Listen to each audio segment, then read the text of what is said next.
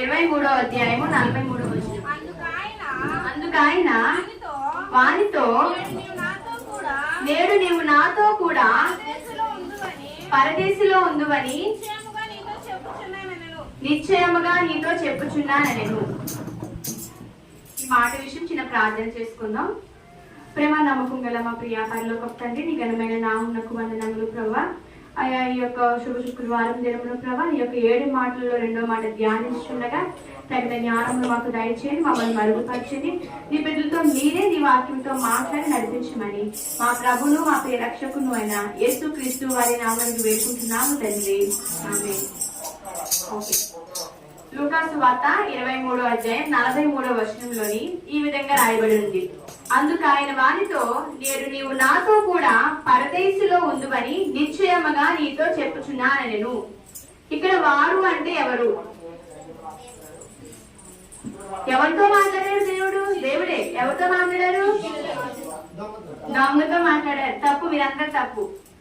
సిలువ మీద 2వ మాట ఎవరితో మాట్లాడారు? దేవుడు దొంగతో మాట్లాడారు. అయితే ఇక్కడ ఈ మాట మాట్లాడినప్పుడు ఒకసారి మనము దేవుడు ఏ సిచ్యువేషన్ లో ఉన్నారో ఒకసారి జ్ఞాపకం చేసుకుందాం.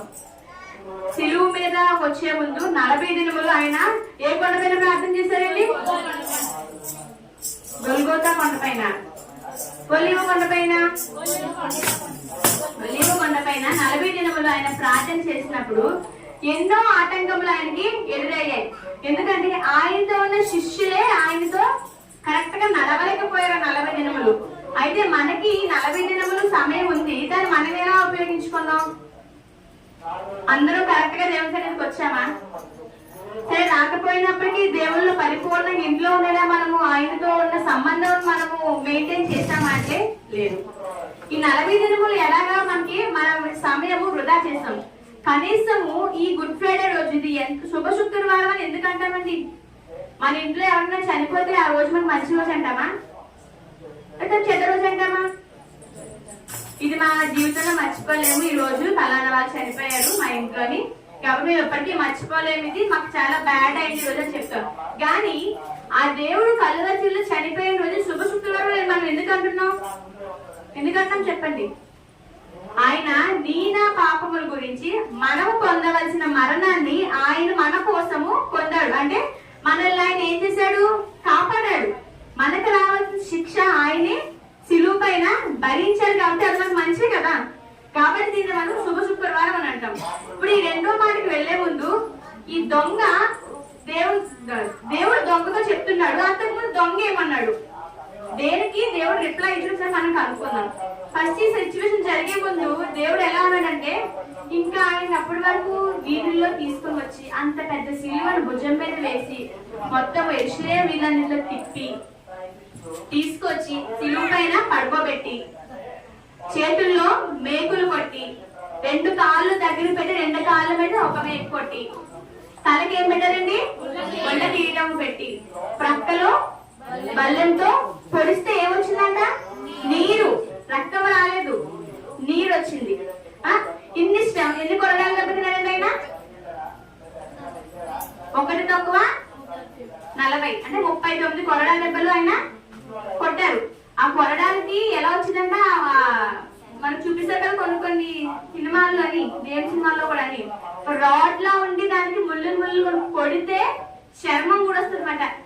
మనకి చిన్న దెబ్బ తగిలితే సైకిల్ నుంచి పడితే దెబ్బ తగిలితే ఎంత చిత్రం చేస్తాం మనం. అలాంటిది అంత పెద్ద దాంతో కొడితే చర్మం కూడా వచ్చిందంట. అలాంటివన్నీ భరించి ఆయన సిలువ పైన ఉన్నాడు.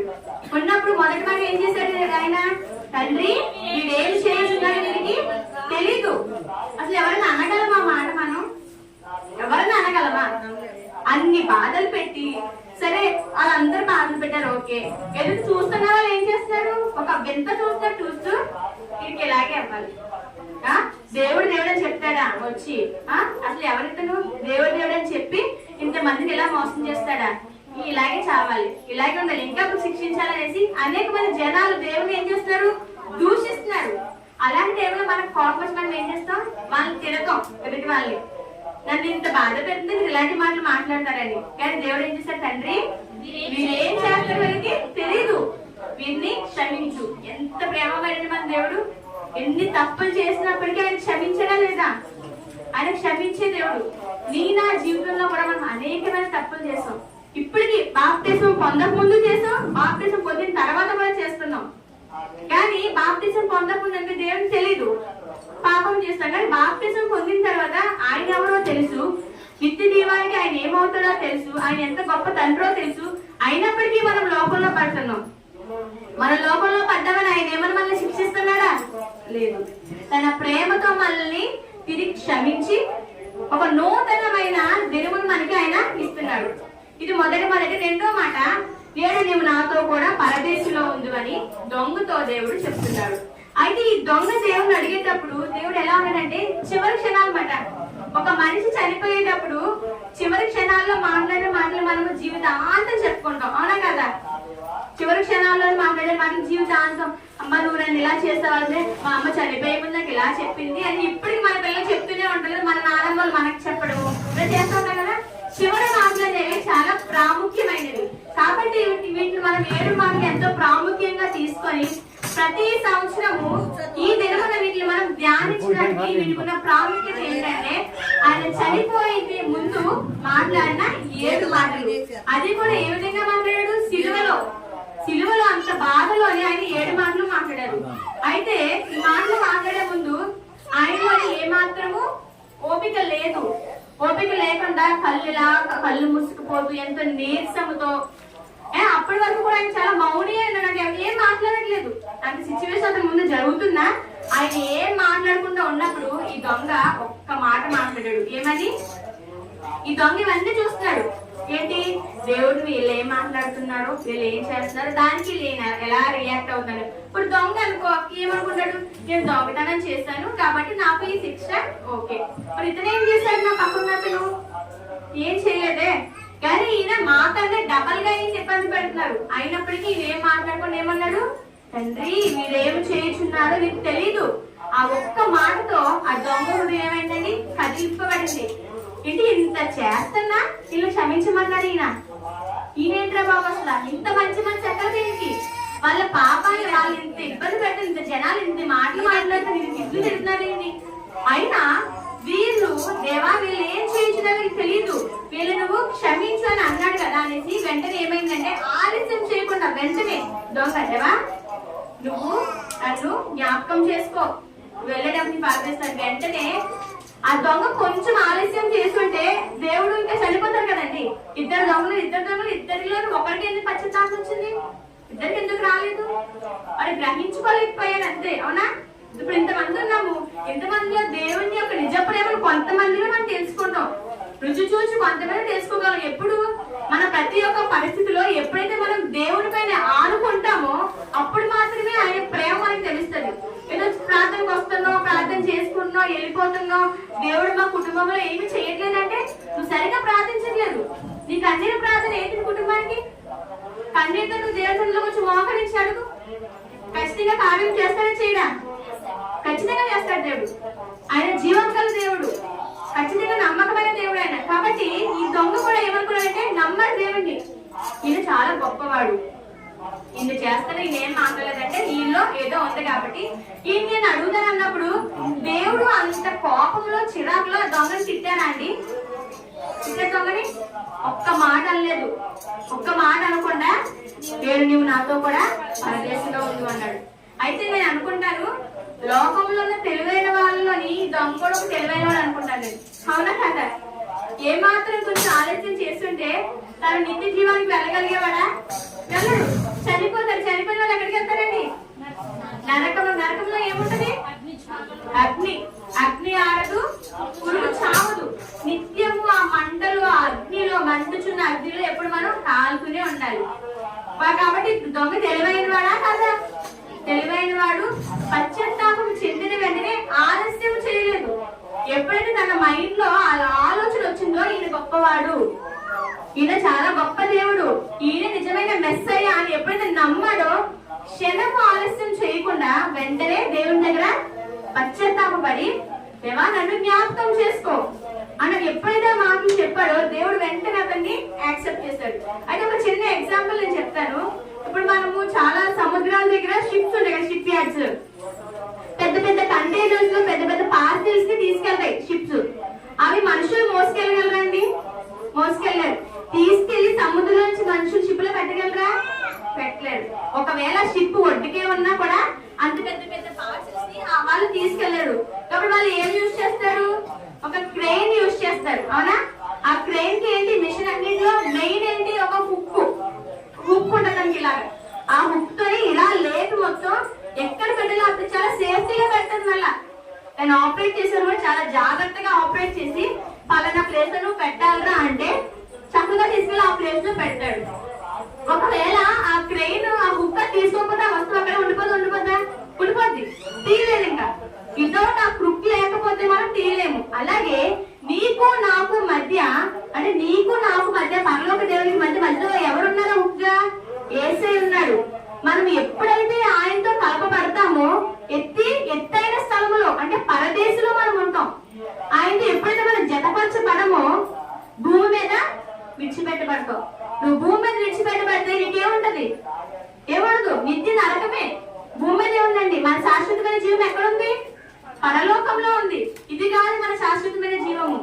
కేవలం ఇక్కడ మనము కొన్ని దినములు మాత్రమే, కొన్ని సంవత్సరములు మాత్రమే నివసించడానికి కొంచెం మన నిత్య జీవం ఎక్కడుంది? పరలోకంలో. ఎప్పుడైతే ఆ హుక్కు ఎలా పట్టుకొని తీసుకువెళ్తే వేరే చోట పెడుతుందో అక్కడ ఆ విధంగా నువ్వు నేను కూడా మన దేవుణ్ణి అంటి పెట్టుకొని ఉండాలి. ఏదో నామకార్థంగా వచ్చాము వెళ్ళాము కాకుండా దేవునిలో పరిపూర్ణంగా ఎప్పుడైతే జీవిస్తామో మన జీవితాలు కూడా ఏ విధంగా మార్చిపెట్టే ఎత్తైన స్థలంలో మన దేవుడు నిలబెడతాడు. అయితే ఇక్కడ చిన్న మాట చెప్తారు. ఈ వచనంలో నేడు నీవు అన్నాడట. నేడు అనే మాటని బైబిల్లో దేవుడు వీరితోనే చెప్పారా? ఇంకే సందర్భాలను చెప్పారా? చిన్న చిన్న వాక్యాలు ఉన్నాయి, కంఠస్థ వాక్యాలు చెప్పగలరా? జక్కయ్య పొట్టివాడి జక్కయ్య దేవుడు ఏమని చెప్పాడు? నేడు నీ ఇంటికి రక్షణ వచ్చి ఉంది. జక్కయ్య ఎంత ప్రయాసపడాడని దేవుని చూడడానికి. నేను పొట్టివాడిని కదా, నేను చూడలేదు కదా, నాకు ఎందుకని వదిలేశాడా? తన చేయగలిగింది ఏం చేశాడు? గబ్బా చెట్టెక్కేసి చూశాడు. ఈయన ఎవరో, ఈయన ఏసీ గురించి నేను విన్నాను కాబట్టి ఈయన ఎలా ఉంటాడో ఏంటి నేను చూడాలి అన్నాడు. ఇంత మధ్య గుంపులోని దేవుడు ఆ జక్కయ్యని ఎందుకు చూశాడండి? ఇంతమంది ఉన్నారు ఆ గుంపులో కేవలం చెట్టు మీద జక్కయ్య ఎందుకు చూశాడు? సరే చూస్తాడు, పిలవాలా? దేవుడు అక్కడ ఏం చూశాడు? ఆ జక్కయ్య యొక్క హృదయం చూశాడు. చూసి వెంటనే ఏమన్నా జక్కయ్య కిందకి రా, నేడు నీ ఇంటికి రక్షణ వచ్చి ఉన్నది. దేవుడు ఎంత గొప్ప దేవుడు అండి. ఆయన కోసము ఎప్పుడైతే మనం తీర్మానం చేసుకొని ముందుకు వస్తామో ఆలస్యము చేయకుండా మన కోసము కార్యములు చేసే దేవుడు మన దేవుడు. అయితే ఇక్కడ చిన్న విషయం మనం చూసుకోవచ్చు. దొంగ వెళ్ళి అడిగినప్పుడు దేవుడు నువ్వు ఇన్ని సంవత్సరాలు ఏం చేసావు? అసలు 3.5 సంవత్సరాలు ఉన్నాను ఇక్కడ నేను ఈ లోకంలోని. 3.5 సంవత్సరాలు నేను సువార్త చాటిస్తూనే ఉన్నాను. ఎంతమందిలో స్వస్థపరిచాను, కుంటి వారికి కాళ్ళు ఇచ్చాను, గుడ్డి వారికి కళ్ళు వచ్చాయి, మగవారు మాట్లాడారు, రక్తస్రావం శ్రీ బాగుపడబడింది. ఇంత జరిగాయి కదా, నువ్వేం చేస్తున్నావు? నిద్రపోతున్నావు, నీకు ఇవ్వాలంటే ఏం చేస్తానండి? దేవుడు అన్నాడు అలాగా. ఇన్ని సంవత్సరాలు ప్రయాసం, ఇప్పుడు కూడా ప్రయాసపడుతున్నప్పుడు కూడా నువ్వు నన్ను విసిగిస్తున్నావే, నీకు ఇవ్వనన్నాడు దేవుడు? లేదు. ఆయన ప్రేమామయుడు. ఎలాంటి పరిస్థితిలో అన్నా నీ హృదయమును మార్చుకొని ఆయన నువ్వు ఎప్పుడైతే వెళ్తావో ఆయన క్షమించడానికి ఏ మనసు కలిగి ఉన్నాడండి? సిద్ధ మనసు కలిగి ఉన్నాడు. ఏ సమయంలో ఏ స్థితిలో నువ్వు ఉన్నా, తండ్రి నేను పాపనయ్యా, నన్ను క్షమించు, నీ రాజ్యంలో నన్ను చేర్చుకో ప్రభు ఎప్పుడైతే ప్రార్థన చేశాడో ఆ దేవుడు పెద్ద పెద్ద ప్రార్థన చేశాడండి. పెద్ద పెద్దగా అడిగాడు దేవుడిని పొగడేస్తూ నువ్వు అది ప్రభు, నువ్వు ఇది ప్రభు అనేసి ఒక గంట సేపు పొగడేసి లాస్ట్ నిమిషాల్లో నన్ను జ్ఞాపకం చేసుకున్నాడా? ఏమల్ల డైరెక్ట్ పాయింట్, నువ్వు వెళ్ళే నీ ఇక్కడ ఇచ్చే పరదేశంలో నన్ను జ్ఞాపకం చేసుకోవాలి అన్నాడు. దేవుడు వెంటనే అతని యొక్క మనసును గ్రహించాడు. ఇదే విషయాన్ని మనము ఇంకొక ఎగ్జాంపుల్ చూసుకుంటే సంసోను తెలుసా అండి? ఎవరు సంసోను? ఎవరు? దేవుని కోసం నాజీరు చేయబడిన ఒక వ్యక్తి. అంటే తన చిన్న వయసు నుంచి దేవుడు ఏర్పరచుకున్నాడు సంసోని. అతని నాజీరు చేయబడి చిన్నప్పటి నుంచి అతనికి కత్తెర వేయనమాట. తలకి అసలు కత్తెర వేయకుండా చిన్నప్పటి నుంచి పెంచుతారు. అయితే ఎన్నో గొప్ప కార్యాలు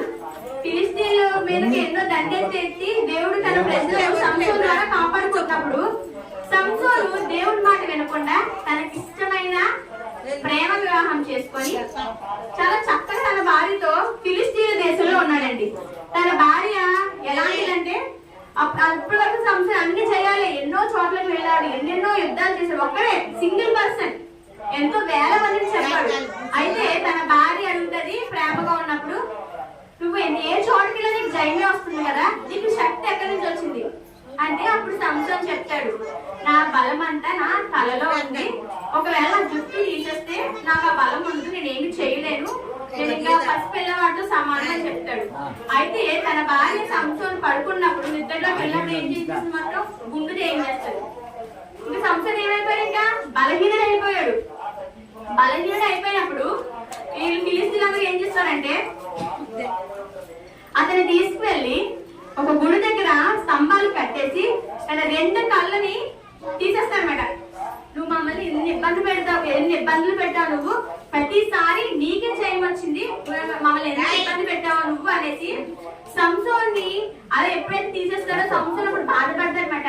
దేవా, ఇన్ని సంవత్సరములు నన్ను కాపాడావు, ఇన్ని సంవత్సరం నాకు నువ్వు జయమే ఇచ్చావు, ఎక్కడ అపజయం ఇవ్వలేదు, తండ్రి నాకు సహాయం చేయడం నాకు వచ్చావు, కానీ ఒక్కసారి ప్రభా నేను చచ్చిపోయే స్థితిలో ఉన్నాను, నన్ను ఎంతగా ఇబ్బంది పెట్టా ఈ ఫిలిస్తీన్లు నేను చంపడానికి, నాకు కొంచెం సహాయం చేయ ప్రభా, నాకు బలం ఇవ్వవా అని అడిగాడు. మరి అప్పుడు దేవుడు ఏమని చెప్పాలండి?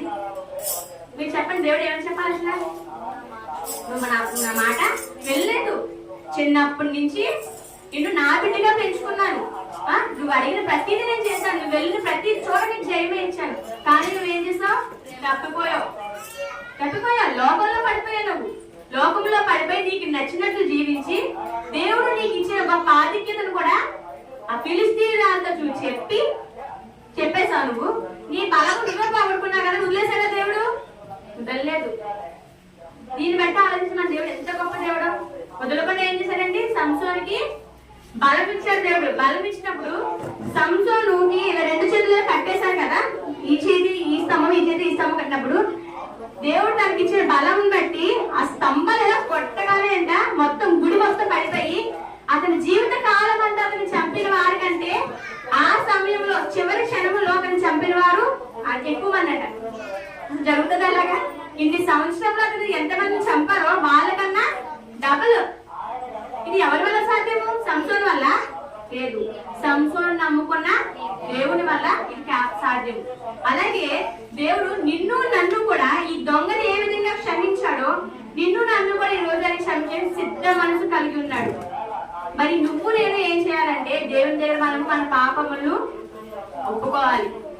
7 మాటలని ప్రతి సంవత్సరం మనం వింటున్నాం, కానీ ప్రతి సంవత్సరంలో కొంతమంది మాత్రమే నెక్స్ట్ ఇయర్ కరెక్ట్ గా వస్తున్నారు, కొంతమంది మధ్యలోనే వెళ్ళిపోతున్నారు. దానికి కారణం ఏంటి? దేవుని వాళ్ళు పరిపూర్ణంగా నమ్మట్లేదు, ఉండట్లేదు, ఆయన కార్యములు గ్రహించలేకపోతున్నారు. నీకు గొప్ప గొప్ప కార్యాలు చేయడానికి నీలో ప్రార్థన ఏది? చాలా మంది నేను వింటూ ఉంటాను, దేవుడు మేము ఎంత ప్రార్థించినా మాకు ఏమి చేయట్లేదండి. ఎలా ప్రార్థిస్తున్నాను? నీ అవసరం కోసం, నీ కోసం కన్నీరు విడిచి దేవుడిలో ప్రార్థిస్తున్నావా? ఏదైనా నామకార్థం వచ్చి దేవుడు నాకు అప్పులోనే తీర్చేసాయి, నాకు మంచి ఆరోగ్యం ఇచ్చేసాయి, ఇదేనా? మనకి ఆయన చేయాలంటే మనం కూడా ఆయనకి ఏ విధమైన మనసులో పూర్ణమైన మనసుతో దేవుని ఎదుట మనం ఎప్పుడైతే వెళ్తామో, ఈ దొంగని విడిచిపెట్టాడా అండి? విడిచిపెట్టలేదు. ఆ జక్కయ్యని విడిచిపెట్టాడా దేవుడు? విడిచిపెట్టలేదు. అంత చేసే సంసోను విడిచిపెట్టాడా? మరి నేను నన్ను విడిచిపెట్టాడా?